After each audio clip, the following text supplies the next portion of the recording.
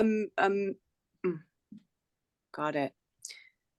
This is a middle-aged man whom I've worked with in a creative capacity prior. We've done a couple photo shoots, and he just randomly sent me this message. Question for you, and I hope I don't offend you because I'm actually curious.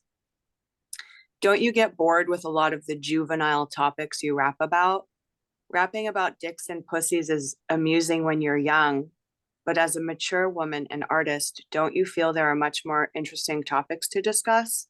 Maybe it gets the eyeballs you want, but I personally think it diminishes your skills. Either way, hope you're doing well. Would still love to jam and shoot. Ooh, really? Oh, Okay. Hello, Clitorati. We could tell. We're gonna jump into the episode in a minute, but we could tell that Mandy was gonna share something juicy with us. So I just pressed record. We're gonna get the episode started, and then we're gonna jump right into that conversation. Perfect. Yeah. Okay, It's on my perfect. mind. All right. But Madison has some exciting news for us first on a personal level. Oh my goodness, yeah. So we've heard from a lot of you, Clitorati, from around the world. They're just singing us our own praises. Oh, how confident we are, how inspiring we are. And we just want to remove the pedestal for a second. Just be like, yeah, do not have the confidence, and we're inspiring the world in any way that you couldn't be yourself. And a lot of y'all have been listening to this show for a minute now, and you've been kicking it. You've been listening, and maybe you haven't felt that boost in confidence is available to you. And so we've created something for you, very special.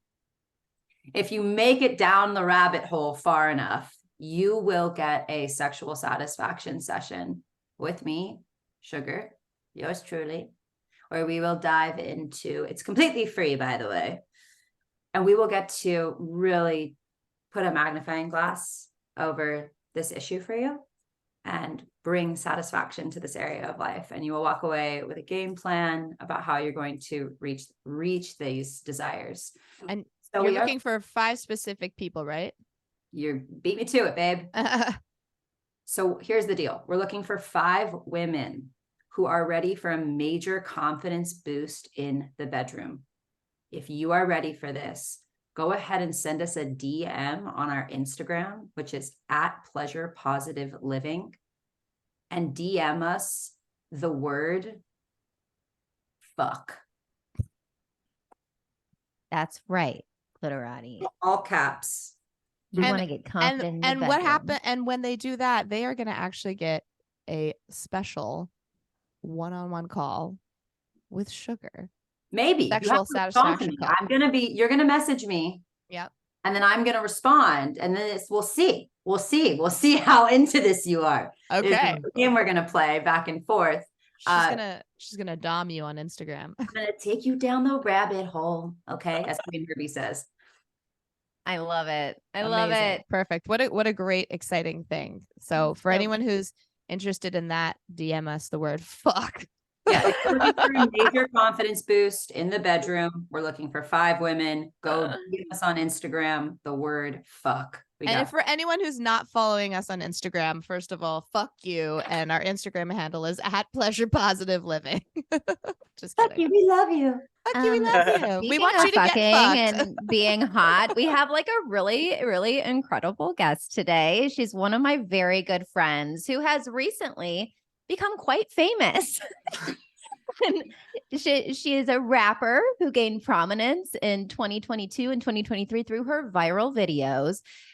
You were getting on social media every day and freestyle rapping. I saw you doing it, and she has a collective of over 300,000 followers across platforms and has up to 4 million live views on TikTok. She's received organic shout outs from 50 Cent, EPMD, Chris Brown, and Tyler, the Creator. And when not rapping, she's acting and has, casually sold 2 original TV shows. One, which is called Mother, which is all about the vulva. And Mandy, and the second one, Mandy Mayhem's rapping with actors. So please welcome my very good friend, Mandy Mayhem. That's a cheerleader. My cheerleader's coming out. I love it. Thanks for having me. What an amazing intro. Right.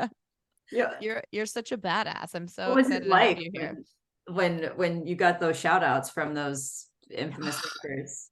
She was like, Yeah, I mean, amazing. The 50 Cent one I didn't see for a while afterwards. Somebody screenshotted and sent it to me. And he was like, that's hip hop, baby. And I was like, yeah. wow. Oh my God. I just got goosebumps. I love that. Yeah. So wait, it wasn't 50 Cent who wrote you that crazy email you read at the top of the episode, right? No.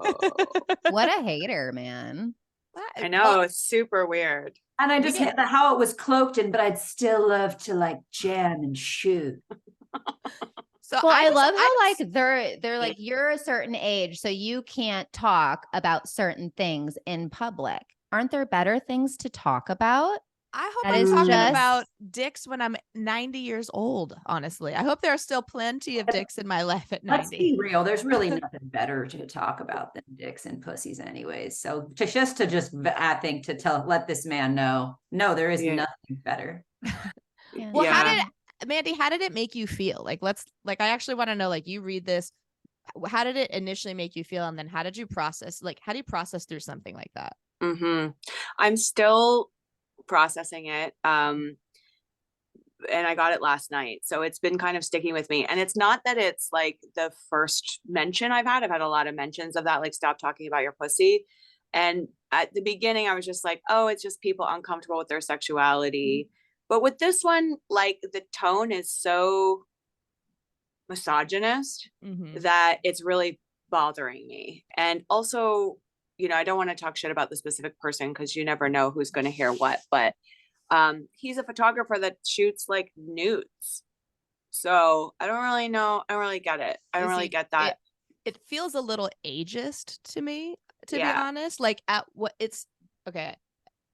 I'm gonna let you guys know a little secret. I watched the Kardashians. Think what you will about them.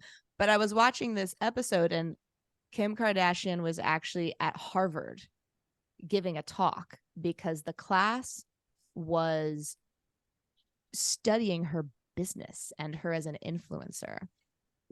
And they were asking her these really thought-provoking questions like, you know, do you on purpose, do you keep your Instagram feed sexy and run these businesses and then every once in a while post something, because she's also an attorney, about someone that you're trying to free from death row?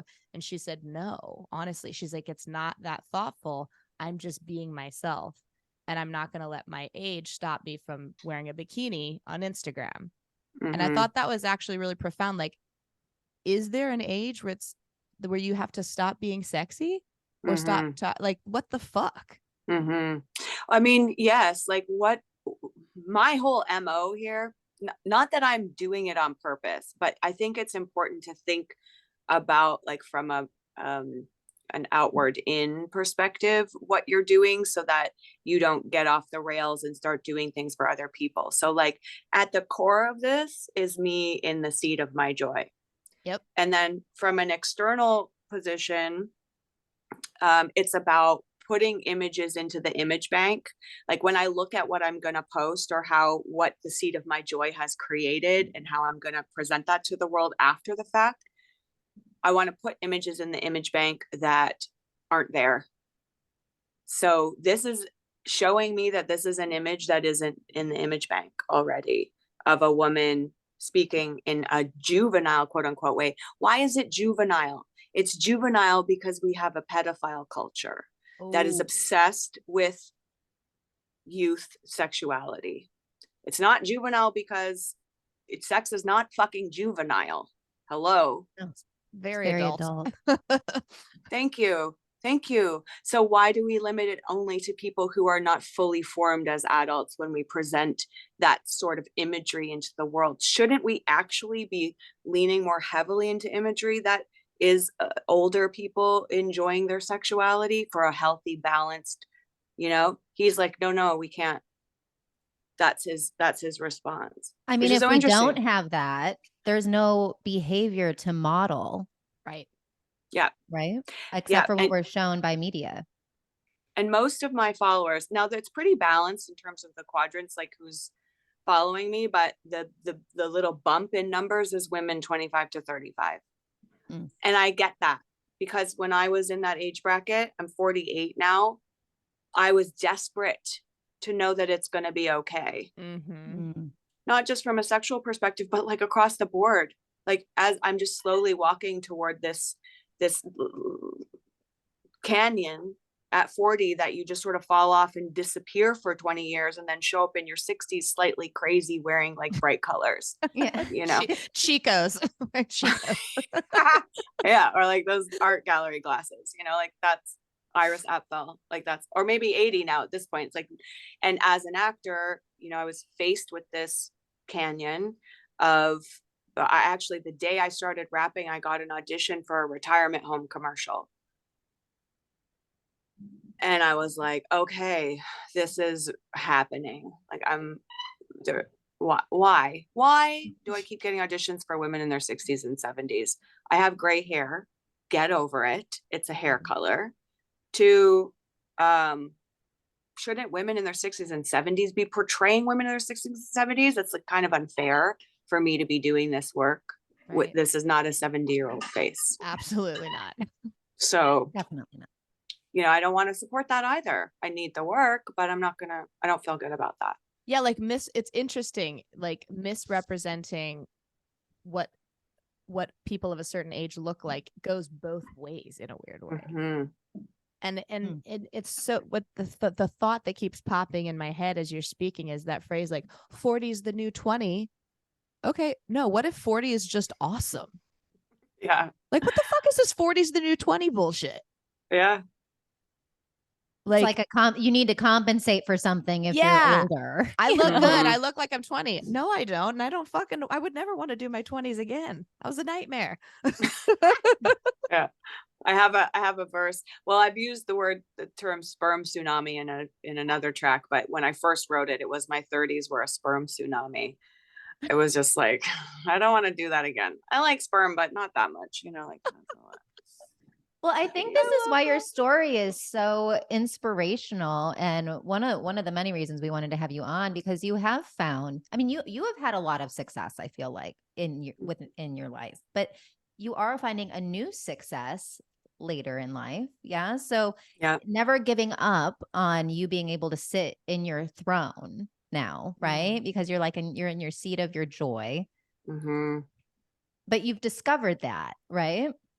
Yeah. So it's, I avoided it. I appreciate you saying that. And I have had a lot of successes and also always felt like I never fit in, like nothing ever took off. So people would take a chance, but it never quite hit, you know?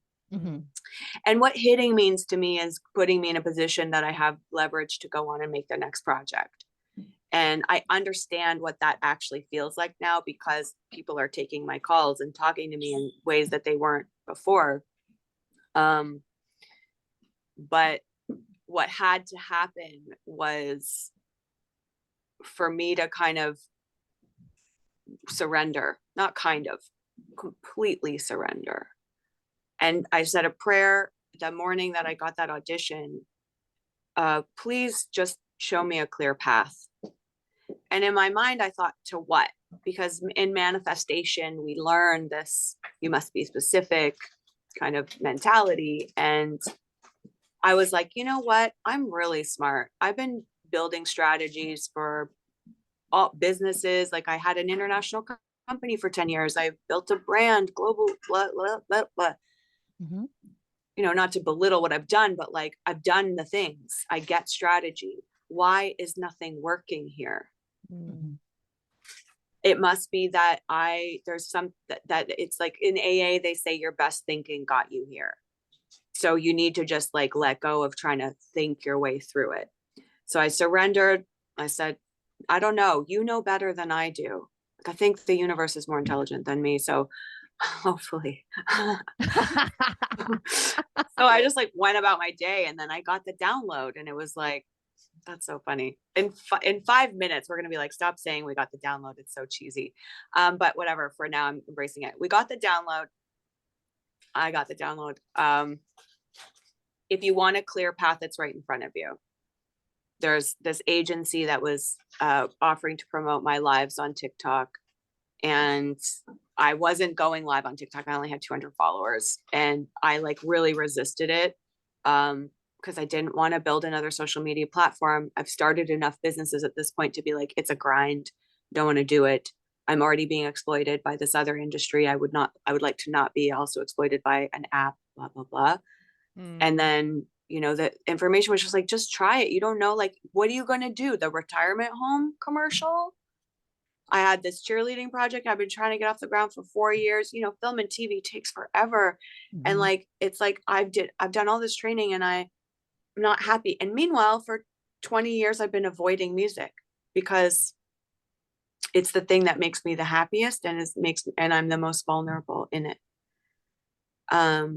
So anyway, 1 o'clock in the morning, I stomped around all day resisting it. And then I finally went on at 1 in the morning. I was like, okay, guys, I'm new here, but I found this article, about nose chlamydia, and apparently it like gives you Alzheimer's maybe. So we can either talk about that or I could rap. And the comments are like, what? Who are you? Precisely. They're like, rap. We're also Rap. rap. Why would we talk about nose chlamydia? They thought you were Dr. Sue at first. Yeah. It's so Yeah. funny. So I started rapping and 20,000 people watched the show. It was just insane. And then from there it was, I mean, I've had nights where it's like in an hour there's 170,000 people. And the videos, like things have gone viral. You know, it's in the streets, people are talking to me. It's amazing. It's just amazing. Like I introduced myself now as a famous rapper. You Yeah. are. You are. You get stopped at CVS now. Yeah. I went to the doctors when I went back to Toronto, and the guy at the desk, I'm Canadian, so I went back home to get the healthcare. Don't tell anyone. I showed up with my health card, which is expired. And I was like very afraid that they were going to be like, you can't have this healthcare. And the guy like came out from behind the desk and came over to me to give me my health card. And he's like, can I ask you a personal question? And I'm like, I'm going to get arrested. And he's like, are you the lady that was rapping that Jay-Z thing? And I was like, oh my God. Yes. Is this what getting perks feels like? Also at the DMV, the lady came out and like got me and asked me for my autograph and like put me at the front of the line. Oh my God.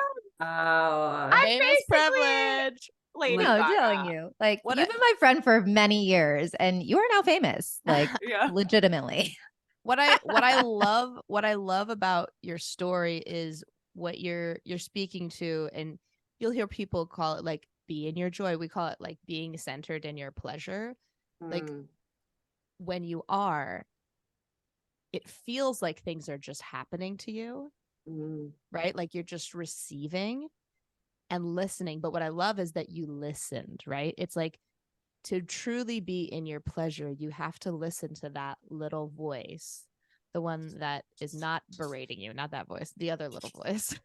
Yeah. the one that is guiding you and will be quiet if you don't listen. But if you do, they will be there to give you those messages. And I just love that it's such an inspirational story of trust and like, you know, letting go. I feel like you're speaking directly to me, and I'm sure there's so many people listening right now that are like, oh my God, we all have that dream, right? The dream, the thing that really gives us joy. But there are so many times that I think we let go of those dreams for XYZ, right? I'm too old. I don't have the right resources, whatever it is. But if you can really get aligned and trust again, I do believe that there is enough love and success and whatever it is you want on earth to go around for everyone. I really do. Same. But it takes something to get there, to that space.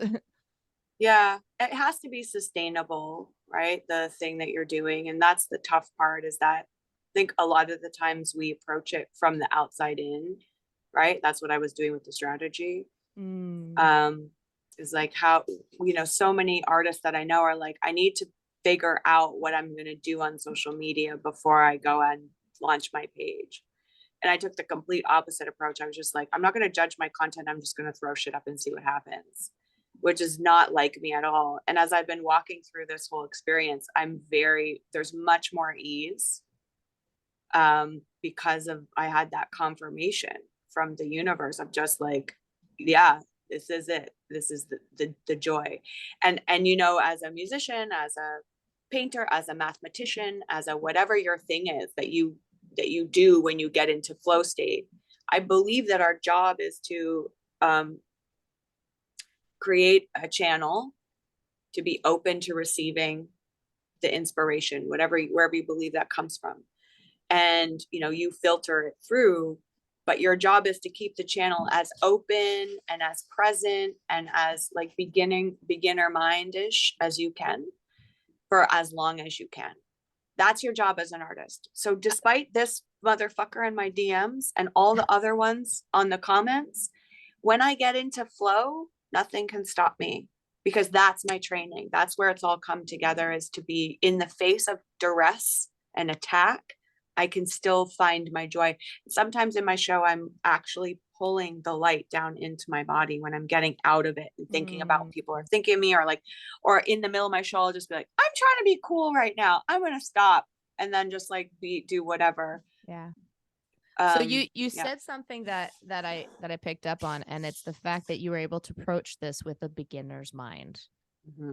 Now I would assert, correct me if I'm wrong, there was a moment where you didn't have that. Can you tell us your journey to get back into that beginner's mind space? Because I know that can be tricky. Like, how did you do that? Mm-hmm. I think it's like a series of tiny decisions made over my entire life. And I'm a student of A Course in Miracles. And there's a line in it that says, would you rather be right or happy? And although I've thought about it many times over the past 20 years of studying it, I think it just started to really hit me recently, like, especially with the comments coming at me and the criticism. It's like, do I want to be right or happy? What makes me happy? In the Course, it talks about forgiveness and seeing that everything is either love or a call for love. So when someone's throwing shit at me, it's because they want to be seen and they're hurting. And so when I can look at it from that perspective, it doesn't mean I have to do the work for them or solve the problem, but it takes the defense mechanism down for me. Like in the Course, it says, we forgive out of self-interest, or the miracle worker works out of self-interest. The miracle is just a shift in perception from me trying to be right and argue with you and make it so that you see me and my point as right. That's literally what we're doing when we're arguing, is trying to get someone to agree with me that I'm right. And it's maybe never going to happen. So do I want to be right or happy? What's the shift that needs to happen here? And ultimately, I've had enough fucking experiences in my life where I've fallen on my face so hard, and the thing that I thought was the thing isn't the thing, and the person I thought was the person isn't the person. And, the identity that I thought I had, like even as a mother, I had my son when I was very young. I was 17. And so that was such a huge part of my identity. And then it wasn't anymore. And I'm still young. And so it's confusing, like when you make it your identity to not have that anymore because the kid doesn't need you, so to just have to constantly be malleable to what life is throwing at me gives me peace. Yeah. It's not about getting it right anymore at some point, because I'm just never going to get it right. And the older I get, I think also being curious has helped me a lot, sexually, creatively. Just the experiences that I've had have really come from a place of curiosity, which is a big part of the beginner's mind. So if you can't approach something like a beginner or let go of all the things then you can at least be curious. And I think like letting go of all the things is a very, very deep way of trusting yourself. Because I know, for example, as an actor, you learn the scene, you learn the words, and then you go into the space and you forget everything. That's trusting yourself that the words will show up in the moment, trusting yourself that you'll remember the melody in the moment. And it also opens you up to being able to discover. Like, the best part of making art is discovery for me. And I actually think that's like my life mission, is to just discover, to experience and discover. And I can't experience if I already know how it's going to go. You know, it's been a problem with dating too, as I'm maybe not so good at it in terms of dating, because I like meet people and I'm like, oh, I know how this is gonna end. I know the end of this movie. Well, sometimes you might, you know, based on your experience in life. But yeah, I've had a statistically significant volume of dicks. I feel like I'm so personally inspired by your story, because I'm also a rapper, and I have only started, I just wrote my first rap song this week. I'm in a songwriting course. I started doing my music 2 years ago. And this last year, I wrote my first 2 original songs, but neither were rap songs. I was like really weirded out by it. I was like, what? She sings? We're not rapping? But I let it come through, like that channel of creativity. One song is about pussy, though. It's like, my pussy is a flower, but it's a house song. I was very surprised. Anyways, I got to rap at Burning Man and really get reconnected to my like roots with music and my truth. And like, I got so much validation for this whole Jewish Barbie thing I have going on as a rapper. And the people loved it, people of all ages. And I was like, it was so penetrating that I just, it was like, my truth was staring me in the face. And I knew, and I was like, I just need to write a rap song right now. And I came back from Burning Man and went to the Queen Herbie concert. Really big Queen Herbie fan. Yeah. Really big. And a melody and a chorus came to me for a rap song, and I was like, oh my gosh. And then a couple days later, another, like a verse maybe to that song came to me, and then I got defeated because I was like, I wasn't executing it, I wasn't finishing it. And of course, just how this works, surrendering to this process. And I really resonate with what you've been sharing, and just am inspired to continue to surrender. A friend of mine was like, my favorite artist is doing a songwriting class. Do you want to join with me? And I was like, fuck it, whatever. I've got these 2 rap songs I want to finish. I haven't finished. Like, I need some completion energy around my music, right? Because as an artist and creating music, it's sort of traumatizing when you go to start a song and then you don't finish it. It's just like, oh, it's like the worst cold ever. And so I just joined the songwriting class on Sunday, and ended up writing my first rap song from start to finish. And it's not even the one that I started from a couple weeks ago. So cool. Fresh. And then Katie calls me yesterday to brief me on this episode we're doing today and your success and everything. And I was like, shut the fuck just the permission. And I blew her mind. I was like, Katie, do you know that I'm in the songwriting course? I just wrote my first rap song this week. This is like a really big, like it's really personal to me, very, very spiritual week for me. It's been like 2 years in the making. I've been doing covers for 2 years, you know, so the liberation. So to then be able to interview you, and to me, what I was feeling from that is that you are like just the full embodiment of what I am like creating within myself right now, that I'm actively like sculpting right now. And I'm so inspired. Thank you for following your truth. Yeah. Show how it's done. And you know, you're also really fucking good. Like, you also are really talented. So I'm freaked out because I'm like, I think what I'm really present to with you is like, you had to look your own greatness in the face and be like, I'm not scared of you. You were terrified. It was like, I'm not running from you, this shiny, great version of me. I'm running from you, girl, and we're going. And I think that's ultimately like what freaks me out the most. Because when I'm in flow and I rap, and I just like rap this, came up with this new rap song the other day, and I was rapping it, I was feeling so in my greatness. Like I felt so good. I was like, that feeling of, am I allowed to feel this good? I noticed myself want to almost take it away prematurely. Like stop it from feeling so good. It's kind of like when you have like a really good orgasm and you're like, but instead of into it and like really riding, just feeling so like that fear of when it feels so good, it's like overwhelming the system. So I would love if you could just speak to like how you have navigated your own greatness and moving toward her and not shying away from her. Man, I love that you said all of that. It's so relevant. I actually had several instances where I literally ran away from it. I was at a Wu-Tang concert in 2017 or 2018 with Fat Lip from the Far Side. He was DJing. There was all this technical shit that went down, blah, blah, blah. Long story short, I end up with the microphone in my hand because he's asking me to bring it to him. And I'm like, why aren't you asking me to rap? Because he was pulling people up from the audience to rap. He was beatboxing while we were waiting for the technical shit to fix. And I was like, why are you asking me to rap? You told me I'm like the most talented person, you know. Is it because I'm a woman? Like, what's going on? It's because I'm white? I don't know. And I said, so I had the mic in my hand. I said, what about me? I want to rap too. In that voice. He got so upset because the Wu-Tang is like his heroes. He named his son RZA, like it was, you know, big deal.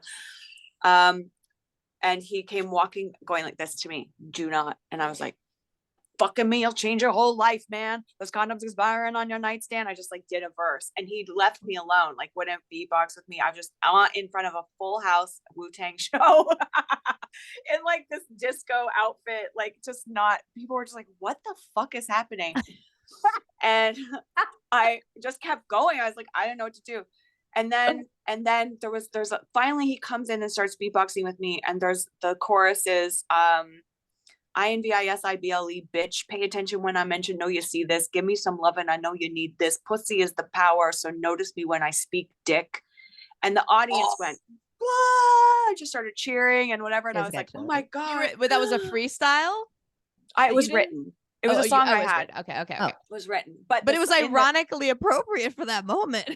Oh my God, crazy. Also in the verse was enter, my chamber's on that Wu-Tang shit. My METHOD kicks Liu Kang with. It's like in the verse. So I grabbed my vagina when I said that. Like literally everyone was just like, what the fuck? No one was making a noise. I was like, I'm going to get murdered.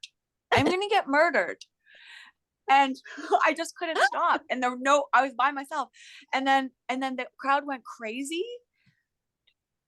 And I said, okay, thank you very much. And I gave the mic to him and ran away.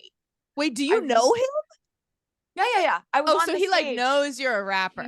Yeah, we're friends. Oh, so he was like, he knows I'm a rapper. And I was like, why the fuck aren't you putting me on? I'm your whatever. Like, why are you putting me on? I'm your friend.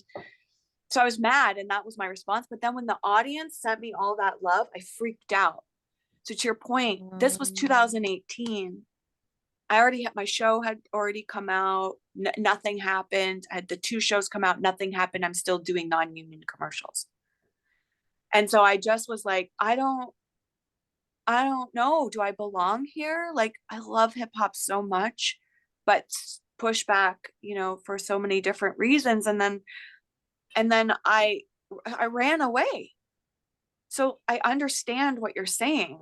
I have been running away from music since my early 20s. I tried to start singing in my early 20s and I kept getting assaulted by producers, sexually assaulted. And I was like, I can't, I not that I can't get sexually assaulted, because like that continued well into my 30s. But it was more like, I can't, I'm not good enough. That's why they're only fucking with me because they want to fuck me. So because I was taught that my value was my body and my sexuality and whatever, I didn't see the other things because I was forwardly presenting that as a protection measure. You know, the show, I May Destroy You, I Will Destroy You. Did you guys see this? Oh my God, it's so good. I You know have to watch it. Yeah, it's on HBO. Oh, okay. The like tagline of the show is something about the exploration of sexual empowerment versus exploitation. the whole idea that I grew up in the 2000s, the 90s, you know, was about my 20s and 30s, was about women being sexually empowered. And what that became is me feeling like I wasn't being a sexually empowered woman if I wasn't just fucking everybody. Mm. And it became this form of self-exploitation that I'm still processing. Yeah. So to answer this guy about why am I rapping about my pussy, it's because my pussy has not had a voice for fucking 30 years.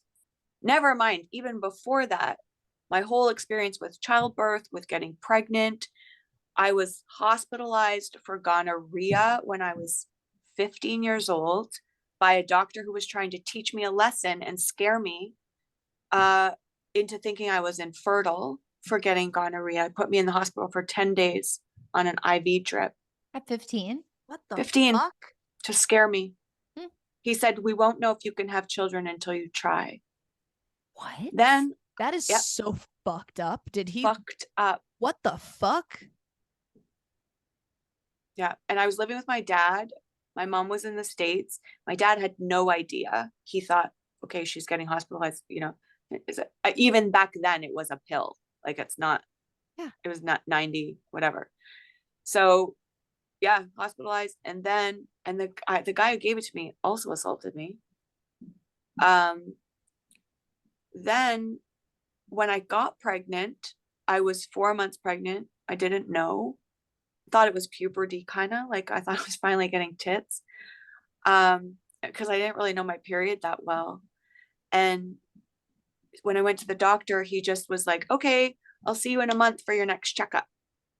And I was like, okay. You didn't know. Oh my God. I didn't know.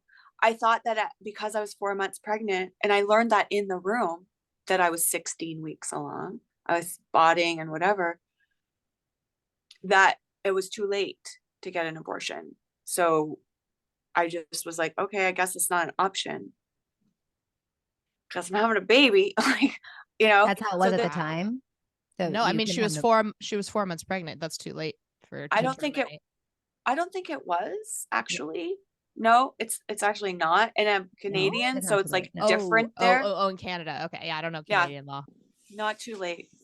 But there was just no discussion of it because it was like, we are the men and we know about what is best for the woman's body. And I was in a small town and these were men in their whatever age, 50s, 60s at the time. This is what you do. No support. I lived on my own. I was like that kid. I didn't have, you know, as Jay-Z says, mommy's knocked up because she wasn't watched over. It's like, that was my experience. Yeah.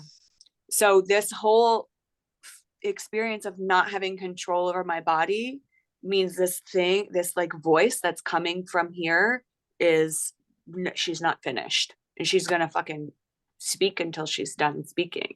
Yeah. And if I don't honor that, I don't care who hears me or who doesn't at this point, you know.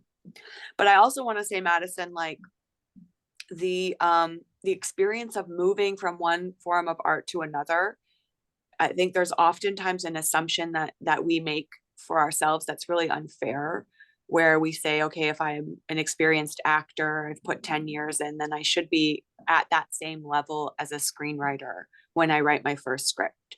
We don't give ourselves the opportunity to have beginner's mind. And the thing I think that's been really key for me in this whole social media thing is that I decided, a friend of mine actually said, do not judge your own content. And I took that to heart and realized that, you know, God willing, I live for another 10 years. In 10 years, I'm going to have another 10,000 hours put into some other skill set.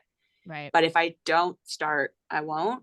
So I can't expect my rap. I've been rapping a long time, like 20 years, but, you know, and acting for 10. So my rapping and acting are kind of catching up with each other. My writing is in a different place. But my cooking is pretty bad. It's like way the fuck down here, you know? So like, I need to put some time in there and not expect it all to be in the same level. Yeah. Yeah. So I've been approaching it from that perspective and starting to freestyle. I'm a very poor freestyler from, you know, the opinion of the freestyle experts, because they tell me all the fucking time. But in my live, I'm like, I'm bored. I'm out of shit to do. I have done my material for a year, almost a year now, been doing covers. I'm going to freestyle. And so I'll freestyle the comments and I'm getting better. I'm like, I don't care if I'm not good. Watch me get better, bitch. Cause I have all these other fucking skills that are helping me progress really quickly. And I'm going to do it in front of you because that's the age we're in now.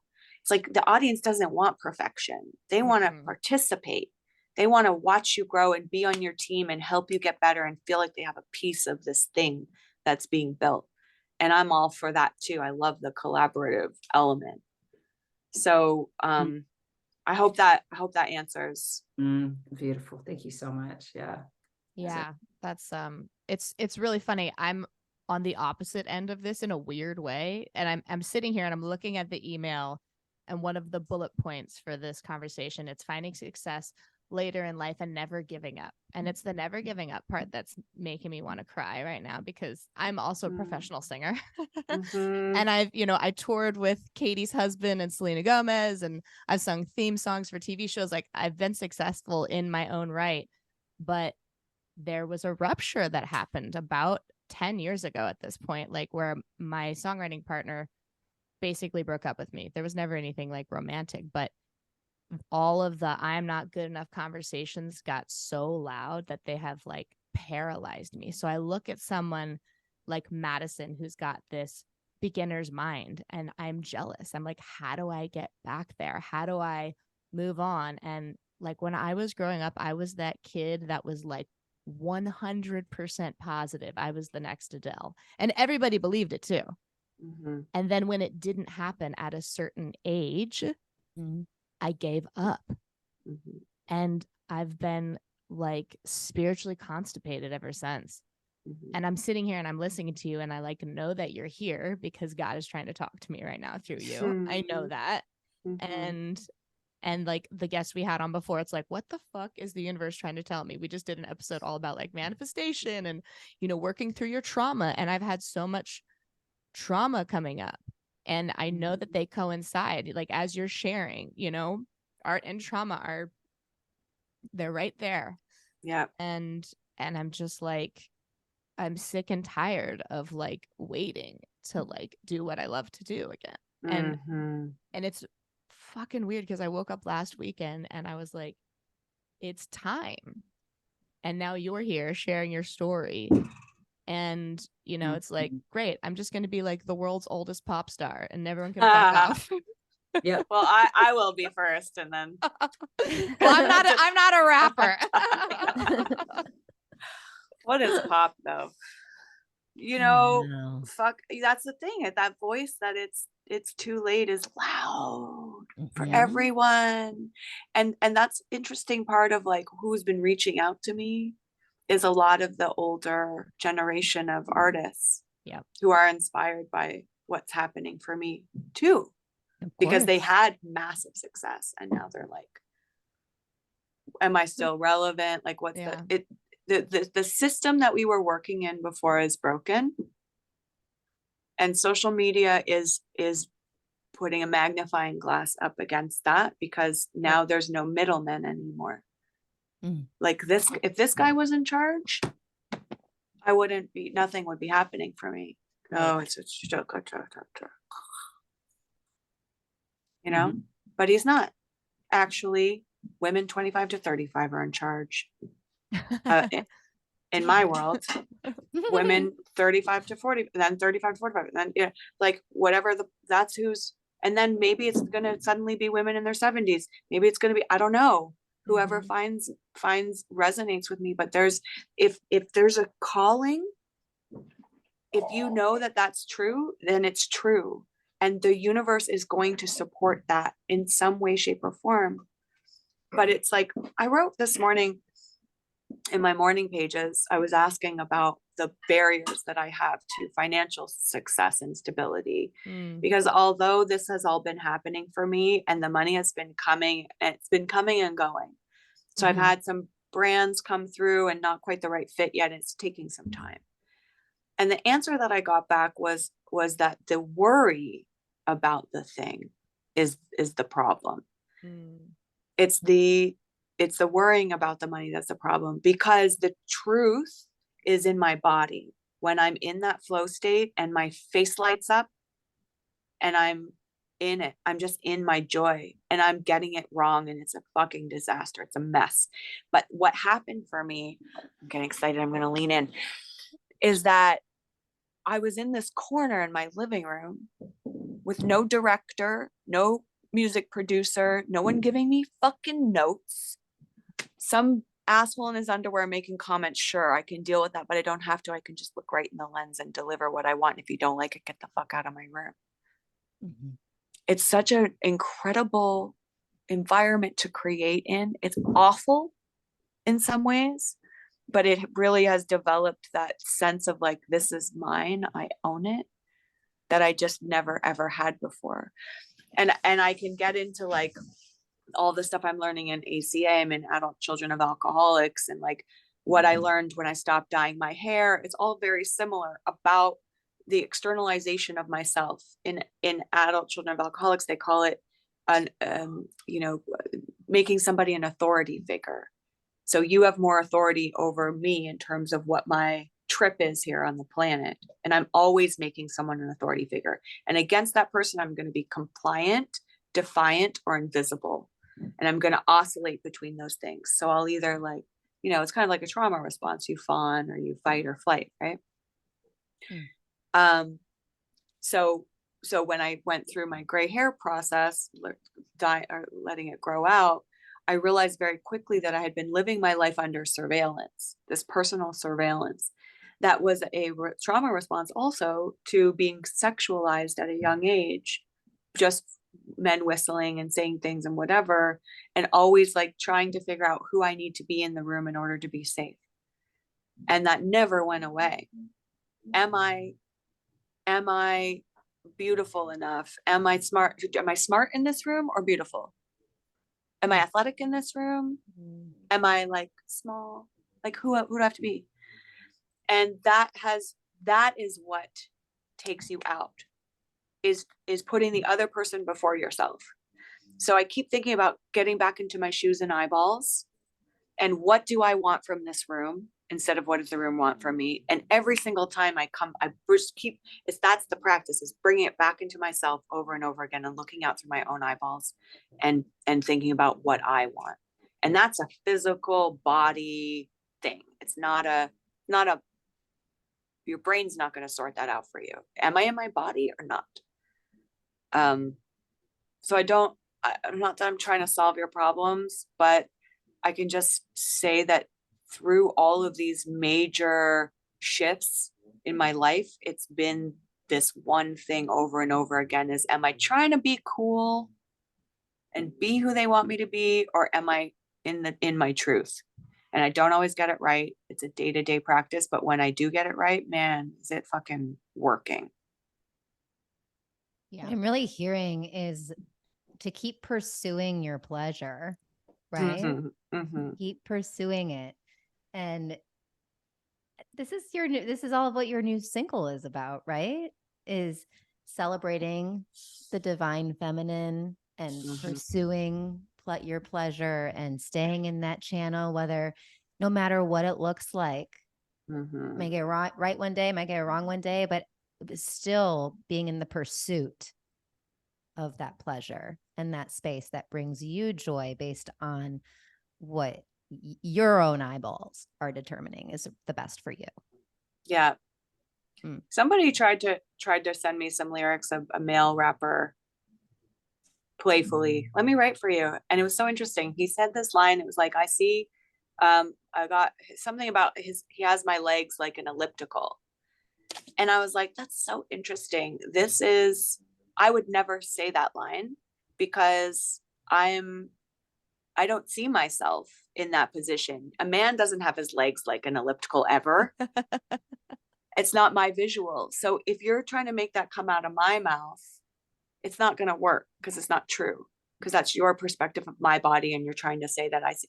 So most of the content that we've been experiencing about women's sexuality is coming through the gaze of a man, even to the point of a lot of the rap lyrics that women spit are written by men. Ooh, like which ones? Well, I don't know. Word on the street. Word on the street. No, yeah, I was recently listening to another female rapper. I won't say her name, that I appreciate. And in one of the lyrics, it's a catchy song, but this one verse, I'm like, I just wouldn't talk about my pussy like that, or my sexuality. I'm like, this isn't. I'm like, is this you? Do we just not miss it? Or is this actually a dude wrote this shit? And that's why. Yeah. A lot of other Well, stuff I resonate with, but we know Little Kim and Foxy Brown, like back in the day, that they weren't writing those lyrics initially. So the kernels of it, you know, I don't know if they didn't write all of them or some songs or whatever. There's a lot of co-writes and things, nuances that are respectfully part of the industry, Right. a part of the process. There's certainly been men in the room when I'm writing that contribute a line or a thing here and there, and I want to give them credit.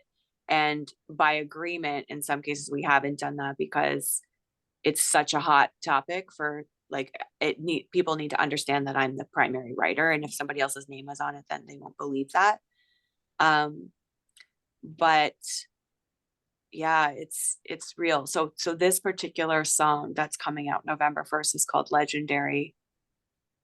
And the chorus is Legendary Clitoris. You should see how long it gets. That's the hook. Yes. Right. It's so funny because I performed it at an event, and this woman came up to me and she was like, "Thank you so much for repping for the long clitoris." And I was like, interesting. I didn't know that was a thing, really. Oh yeah. But like, yeah. There's 5 different types of clits. It's so that's considered anything. So like small is like a grain of rice. We did a whole episode of this. Medium, which is like most people's like a corn kernel, and then anything larger that is considered a large clitoris. And they like to be sucked like dicks. Yeah. Yeah. Clearly. Yeah. Yeah. Yeah. So I'm into it. The song is like a really interesting like combination of this like playful thing I like to do with sexual content, where it's visually, I love words, so like it's like visually there's stuff going on. The opening lyrics are mayhem making you horny, squeezing your cock to stop the sperm tsunami. The sperm tsunami, that's the callback to the prior line. Still a breeder, dropping eggs on you just like it's Easter. I have like 4 or 5 eggs. I like that. I don't know, ish, you know. But yeah, it's like, I don't know, it's fun. It's fun, and also doing some deconstruction on my relationship with hip hop and sex. Pushing back, playing with different versions of a woman. Do you want me to be this girl? Do you want me to, like, there's lots of voices in this song that have different tones that are either being very, you know, dom or sub or like playful or whatever, because I think that's interesting to me. And when Katie, when you were talking, I was thinking about the end. It's like, I'm not done. Getting lost in my legs, illiterate from the weight of my labia on your tongue. I'm not done. Keep the pressure on. Keep the pressure on, keep the pressure on, keep the pressure on. It's like thinking about that moment actually is really important to me, to find my voice there. Because it's not something that I say to someone I'm having sex with. That making somebody an authority figure happens to me sexually too, has happened to me sexually, where it's like, oh, let me be in my feminine, receive and hold space for you to lead this in this moment. But that can very easily become disappearing or performing, not saying what I need because I think, oh, I'm allowing this person to follow their impulse, and you know, where am I in this? How do I hold space for you, for the masculine, and still hold vote for what I want. So saying that in the song is empowering for me to be like, I literally wrote it right after somebody had given me head. And this guy was insistent on it. Like, I prefer penetration for orgasm. And I find like a lot of, like, when a partner is going on and on about how great they are at giving head, that it's often because they don't know how to fuck. You know, it's fine. But I mean, I'm sure there's a whole thing to it, but like, that's, you know, and I have a tilted cervix, so there's like all this other stuff going on. So yeah, I think it's the music that we create, the art that we create is for us first. You know, I wrote this song called Change the Sheets back in 2015 or something, and it's about polyamory and being in a relationship with somebody that looked good on paper, but the one, you know, you are not the place where my soul lives, or not the place where my heart lives. Actually, you're not the place where my heart lives. And like, just the fuckery of trying to figure it out when you're entangled with all of these people physically, and how that can kind of mar the process of really being with your soulmate. And every time I listen to it or perform it, it teaches me something else. And it was so long ago that I wrote it, and it's just changing with me as I'm changing, and my relationships are changing. So with this particular song, it's like people listen to it and think it's a joke. It's not a joke. It's actually really serious. My clitoris is fucking legendary. I should have a jersey on the wall somewhere. I'm just going to continue to rack up the numbers probably. Or maybe not. Maybe I'll just find one person who's really good at giving head, and that will be the end of it. One can only hope. I can only hope. I can only hope. Well, Yeah. I'm so excited for the song to drop. It's amazing, and I'm just so proud of you. And one of the things that I was talking to one of my girlfriends this morning, who's an acupuncturist, and we were talking about hormones and later in life. And when you were talking about like men don't put their legs in like ellipticals or whatever, as you age, your estrogen levels drop. So you actually start to think a little bit more like a man.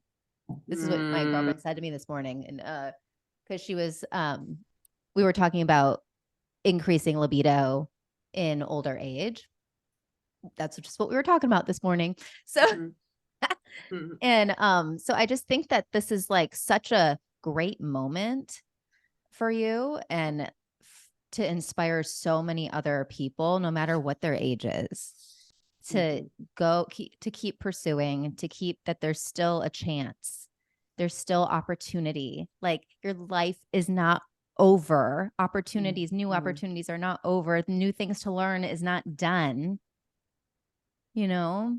And it's just really inspiring. So thank you so much for everything you've been doing, from growing your Going Gray in Tinseltown to now with Legendary Clitoris, you know, which is a really profound song that I'm really glad that you're saying, like, it's the depth of where it's coming from with you, and hearing your story, and really, instead of just seeing your on the surface of like a post or whatever, really getting where it's all coming from, and that it is a authentic place and a really powerful place. And so I'm just grateful for all the work that you're doing.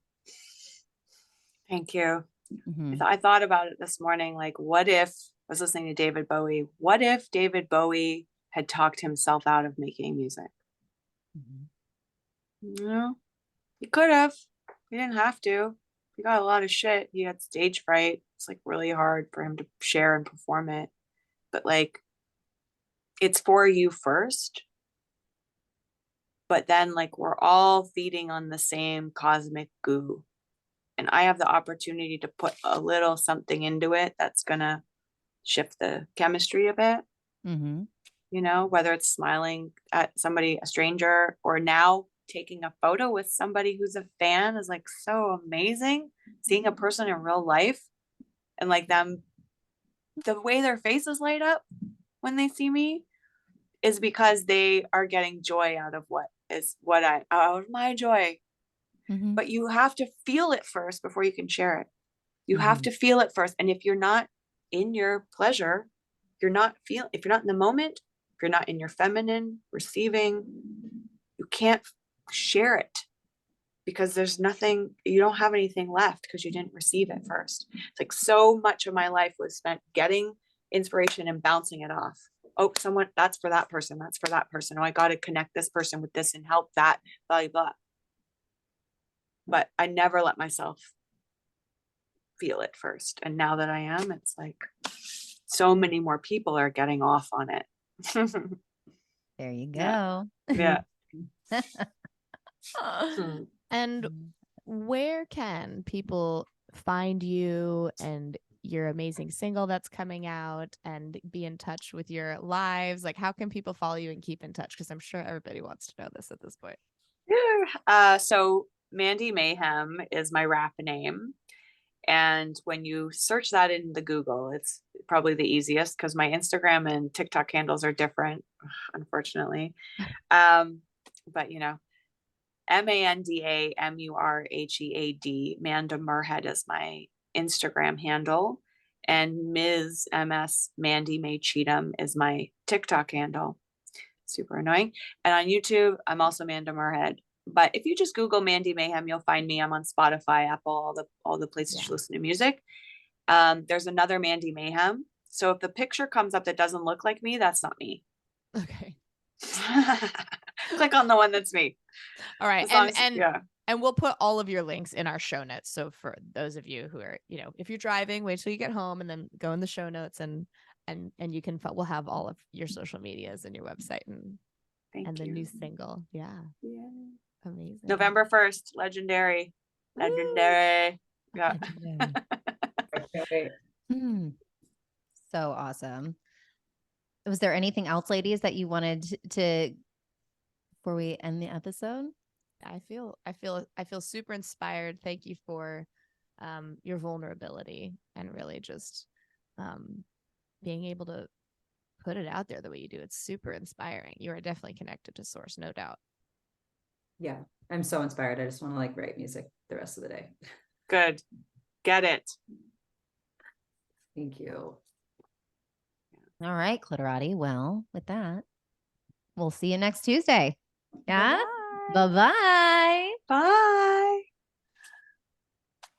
My God, I love that. That's what you say at the